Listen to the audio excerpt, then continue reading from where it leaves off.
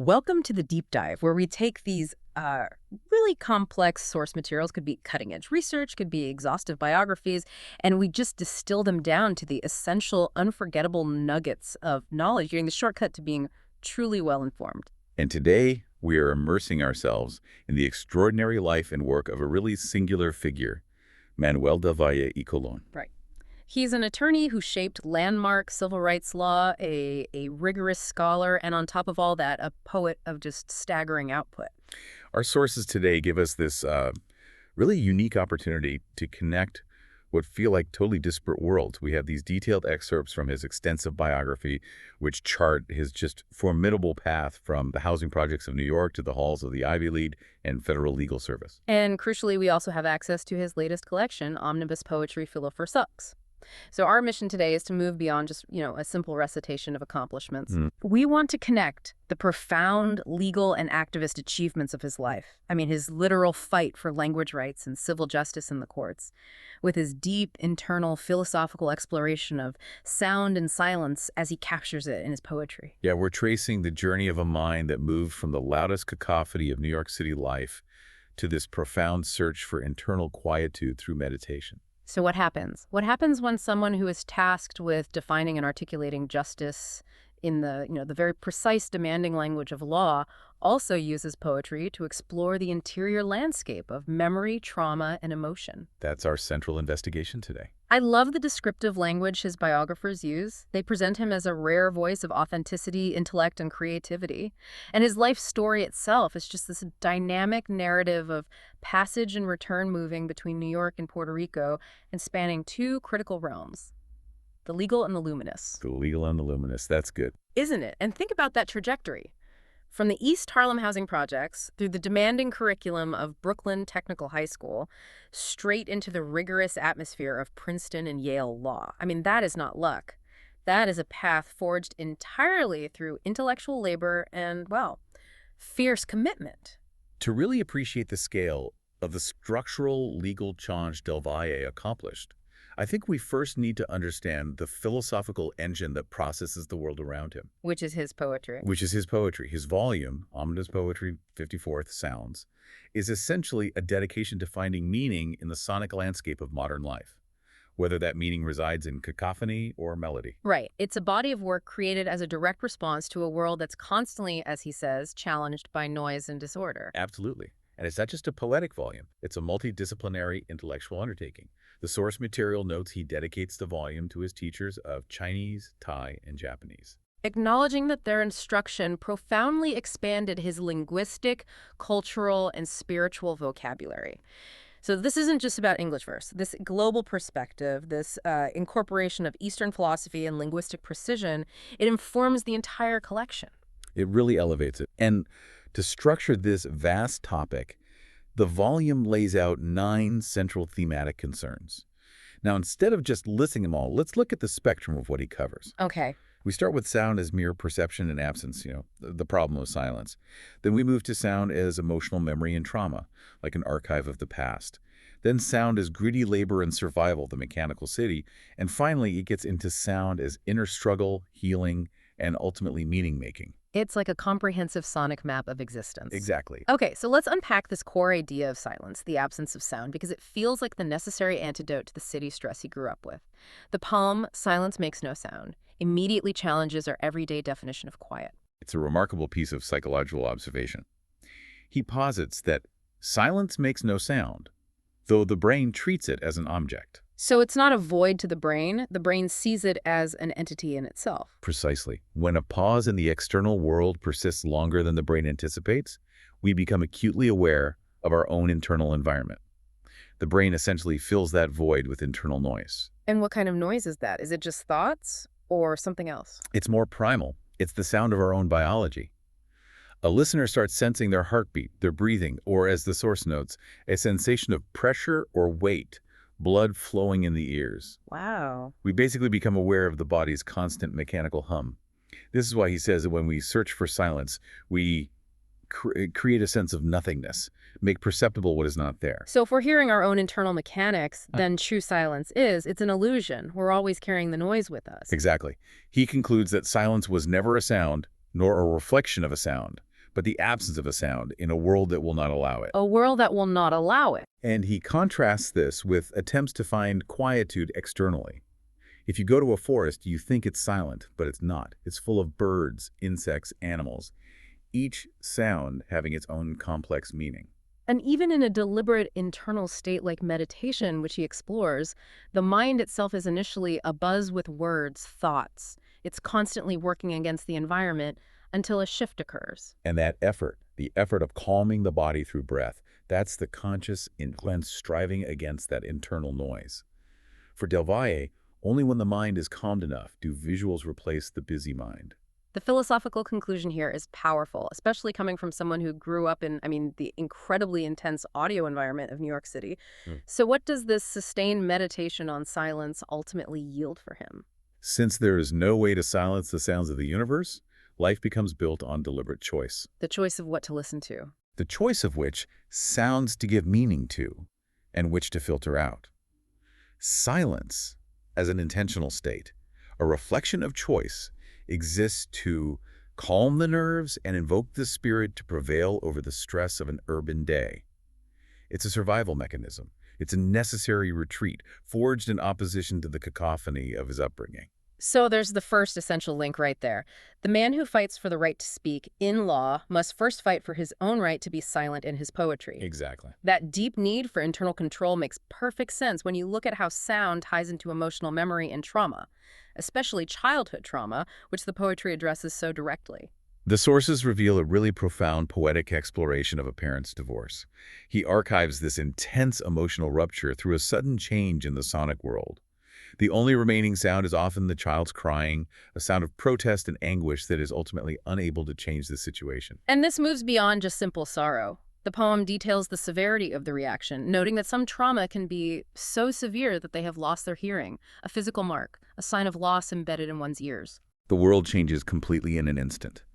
It's this idea that the internal shock is so total that it physically manifests.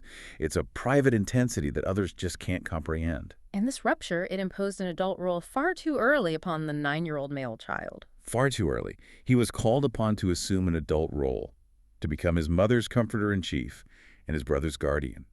He was essentially forced to postpone adolescence, to skip his own youth. That is an immense psychological burden. To postpone adolescence is to postpone your own personal fulfillment. It is, and the poetry reveals the vow he made to himself. He would start living that postponed life later through the writer of life's joys and travails. The poetic vocation itself is, in part, a fulfillment of that childhood promise.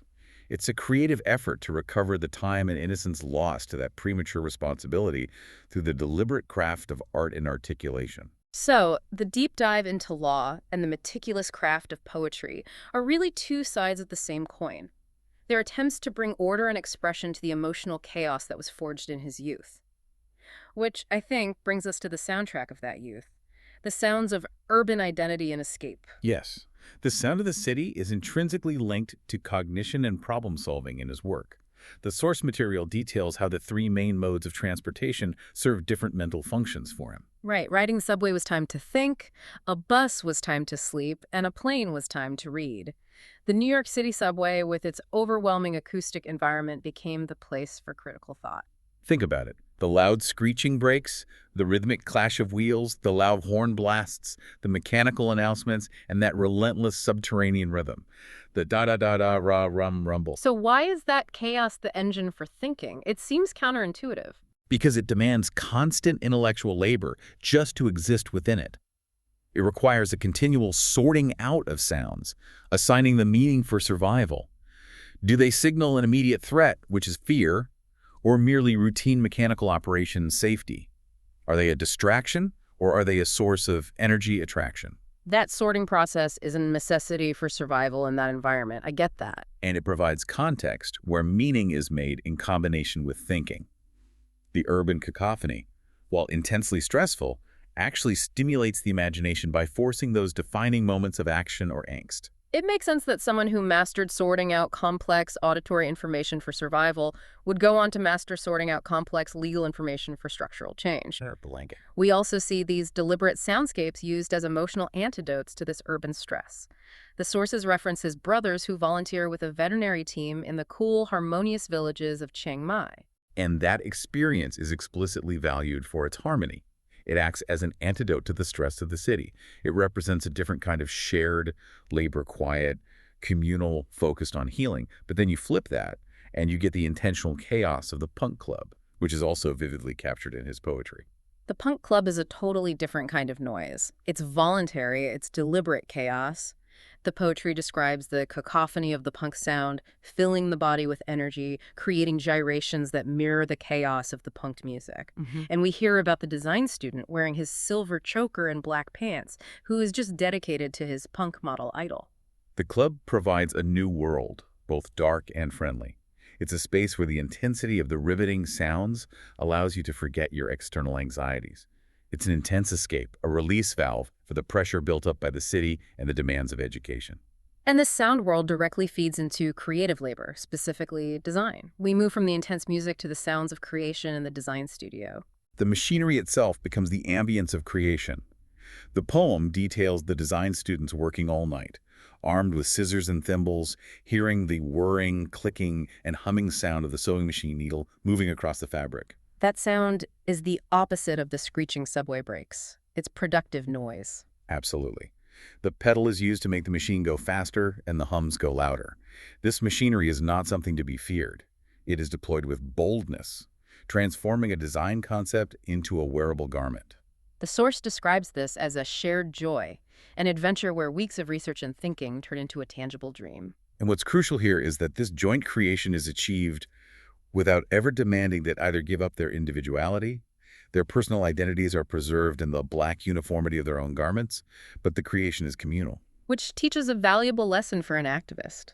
A very valuable lesson.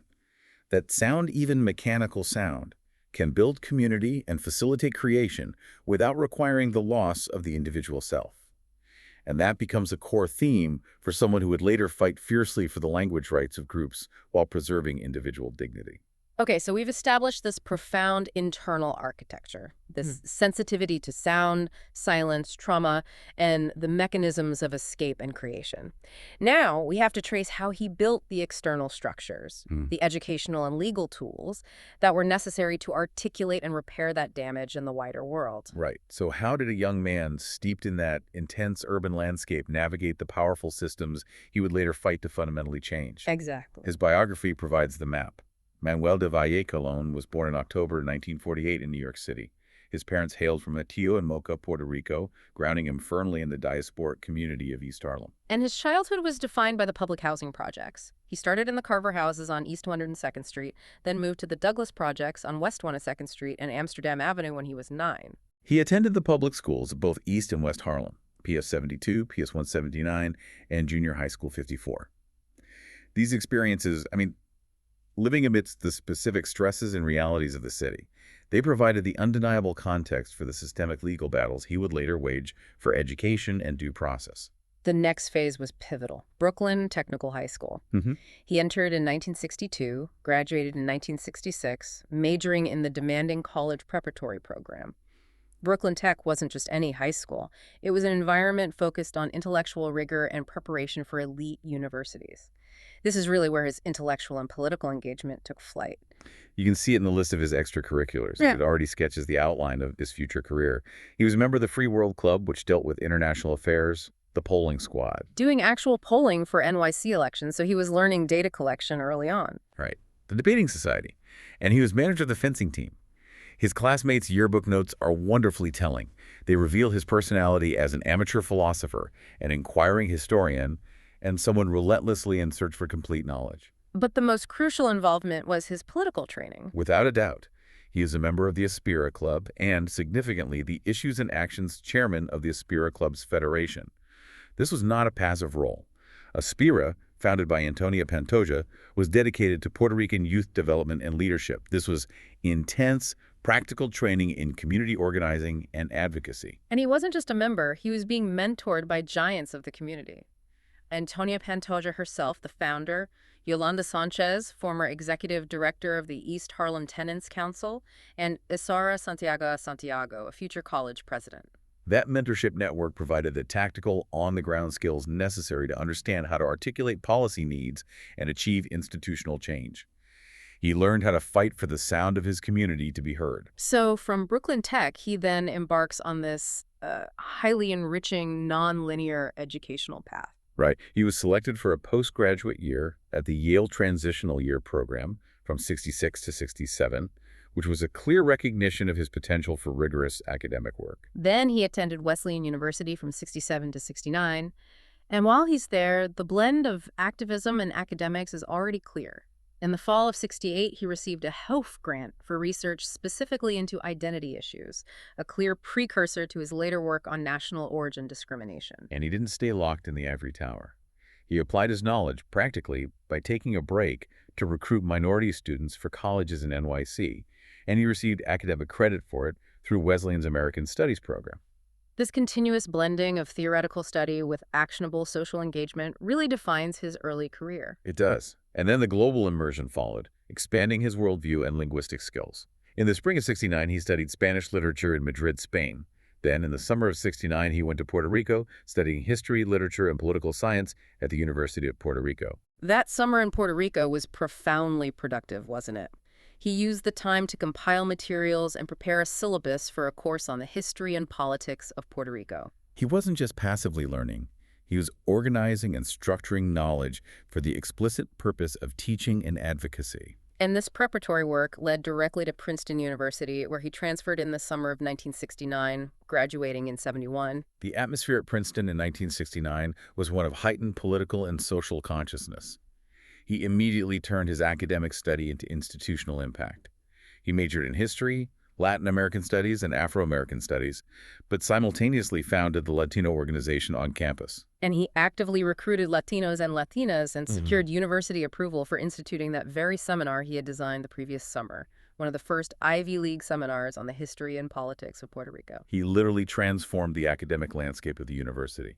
And his scholarship culminated in a senior thesis entitled Puerto Ricans and Public Education, 1945-1969. This is the point where the academic paper jumped directly into federal policy. This is a critical transition. He worked as an intern for Senator Jacob Javits during his senior year, and a key chapter of his thesis was incorporated into a memorandum he drafted for the senator. And that memorandum, detailing the structural educational inequality faced by Puerto Rican students, was then included in the hearing before the United States Commission on Civil Rights in 1972. And, most significantly, it became the foundation, the intellectual framework used by the Puerto Rican Legal Defense and Education Fund, Inc., in framing their landmark complaint in Aspera v. Board of Education of the City of New York. That is the perfect example of the scholar-activist model. The research he performed in the Ivy League, motivated by his childhood experiences, immediately translated into the legal framework for mandating bilingual education. Before he even completed law school, his historical analysis was already shaping major federal civil rights litigation. The intellectual labor of the seeker became the sound of justice being forged. Okay, so this transition from the academic theoretician to the legal practitioner is crucial. After Princeton, he secured a John Hay Whitney Fellowship and attended Yale Law School from 1971 to 1974, graduating with a JD. And it's important to acknowledge the intense intellectual crucible of Yale law at that time. His classmates included future Supreme Court Justice Clarence Thomas and Lani Guarnier, a major figure in civil rights and critical race theory. So he was positioned right at the center of where American law and social policy were being intensely debated and redefined. He was in the thick of it. And he maintained his dedication to organizing and teaching, preventing the law from becoming purely academic. He taught undergraduate courses on the history and politics of Puerto Rico and the Puerto Rican experience in the United States, and he founded the undergraduate Puerto Rican organization at Yale, Despierta Boricua. This pattern of mentorship continued to pay dividends. His students included influential individuals like future civil court judge Eduardo Padrón and Gilbert Casillas, who would become the first Puerto Rican chairman of the Equal Employment Opportunity Commission, the EEOC. Incredible. So after Yale, he moves immediately to the Puerto Rican Legal Defense and Education Fund, PRLDEF, as a trial attorney from 1974 to 1975, where he made the sound of law resonate through two groundbreaking cases that solidified language rights. The first, SBDV Board of Education of the City of New York, was the case framed by his own Princeton thesis. So what exactly did the consent decree resulting from this case mandate? What does it mean for a parent in the Bronx or East Harlem on a practical level? This was revolutionary. The decree mandated the provision of bilingual education for limited English-speaking children. Prior to this, a child who did not speak English was often just placed in an English-only classroom. Which effectively denied them access to the curriculum. Completely. It led to staggering dropout rates and educational inequality.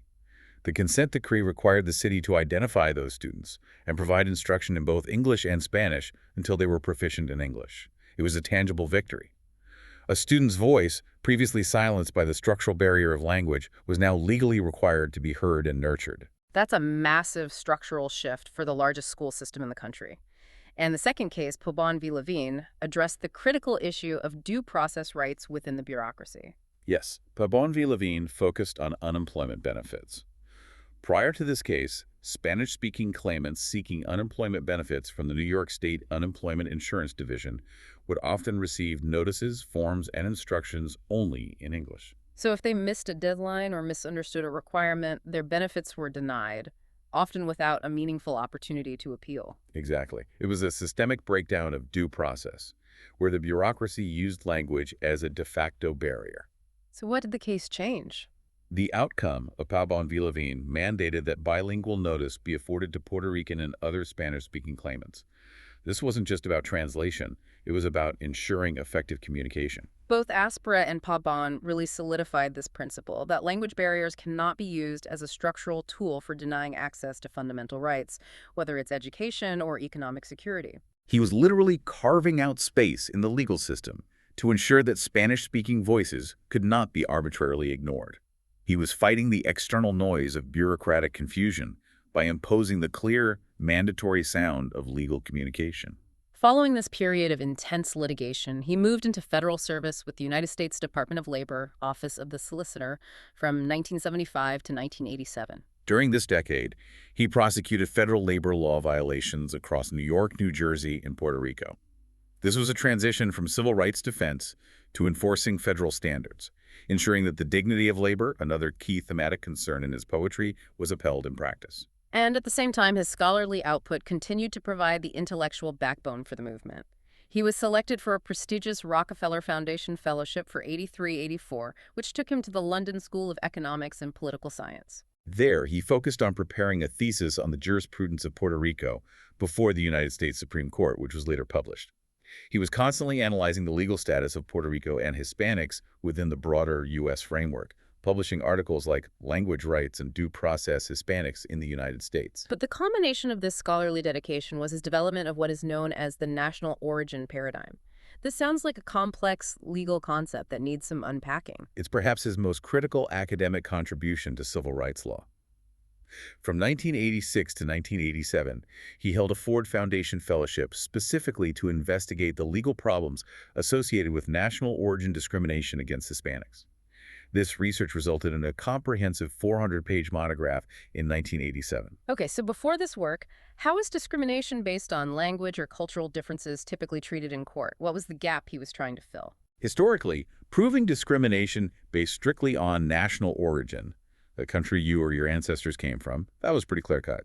However, when discrimination was based on characteristics associated with national origin, like speaking Spanish or using a particular accent, it was much harder to prosecute successfully. Because defenders would claim they were discriminating based on poor communication or unprofessionalism, not ethnic origin. Exactly. The legal burden of proof was incredibly difficult to meet. So what he was arguing was that discrimination against Spanish speakers is discrimination against Hispanics, regardless of the defendant's stated rationale. Okay. His research was distilled into the landmark article, Toward a Language-Based National Origin Modality, published in the Harvard Journal of Hispanic Policy. He argued that language discrimination functions as a proxy for illegal national origin discrimination.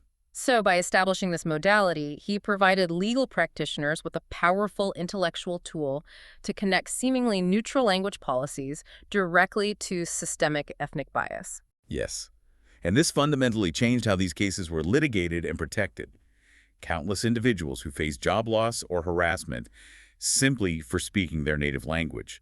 He took the sound of their language and made it legally protected. This work reinforced his parallel career in conflict resolution. He also graduated from the Minority Arbitrator Program, sponsored by Cornell, the American Arbitration Association, and Hofstra, becoming one of the few Puerto Rican arbitrators in the country. And his career progression then moved into high-level human rights administration. From 1991 to 1994, he served as the Chief Administrative Law Judge of the New York State Division of Human Rights. A historic appointment, the first Puerto Rican ever to hold that position. The very first. And he immediately leveraged that platform to set priorities, signaling his commitment to the most marginalized voices. He was instrumental in prioritizing the adjudication of racial and sexual harassment cases. But critically, he also prioritized AIDS cases, recognizing this as a defining human rights and civil rights issue of the early 1990s. It demonstrates a real continuity in his commitment to those facing acute vulnerability and discrimination. His entire professional life is a focused campaign to ensure that the sounds of rights and due process are fully accessible to everyone.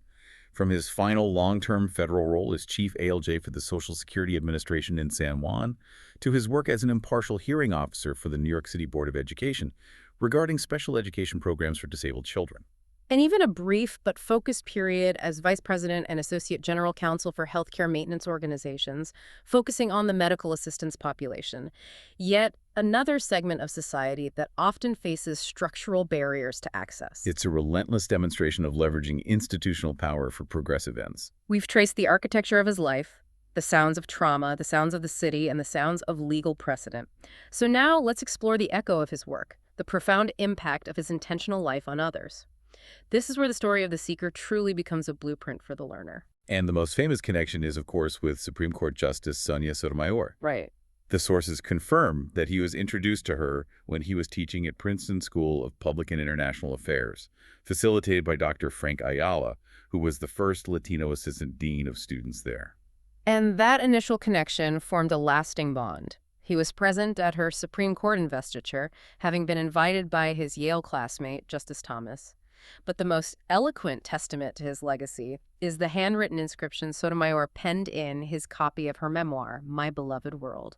That inscription is so powerful because it establishes the foundation of her own path.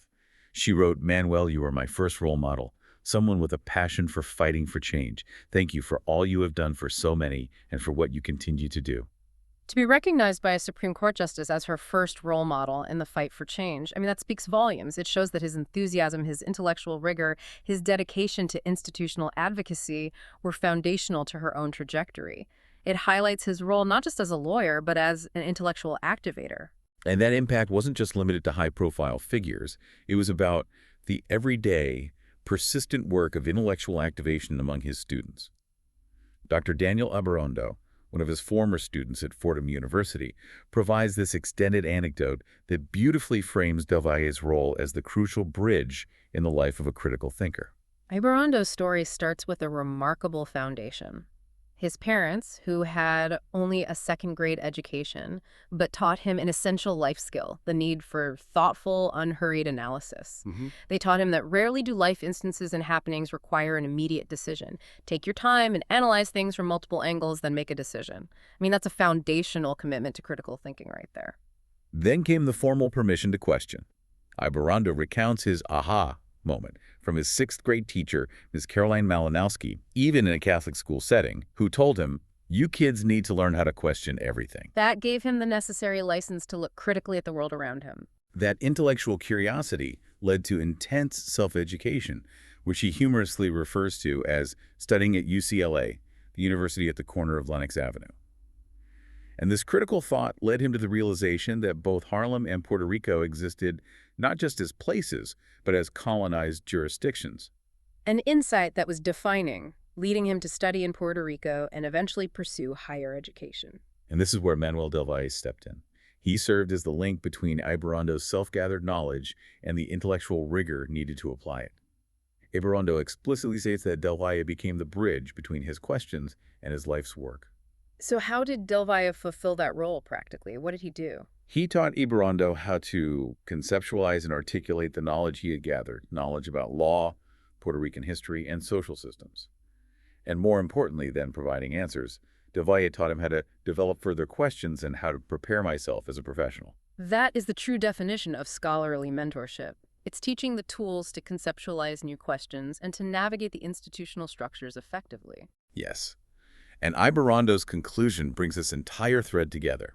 He notes the convergence of his second-grade educated parents, the progressive sixth-grade teacher who gave him permission to question, and the Ivy League-educated legal scholar who taught him how to articulate those questions.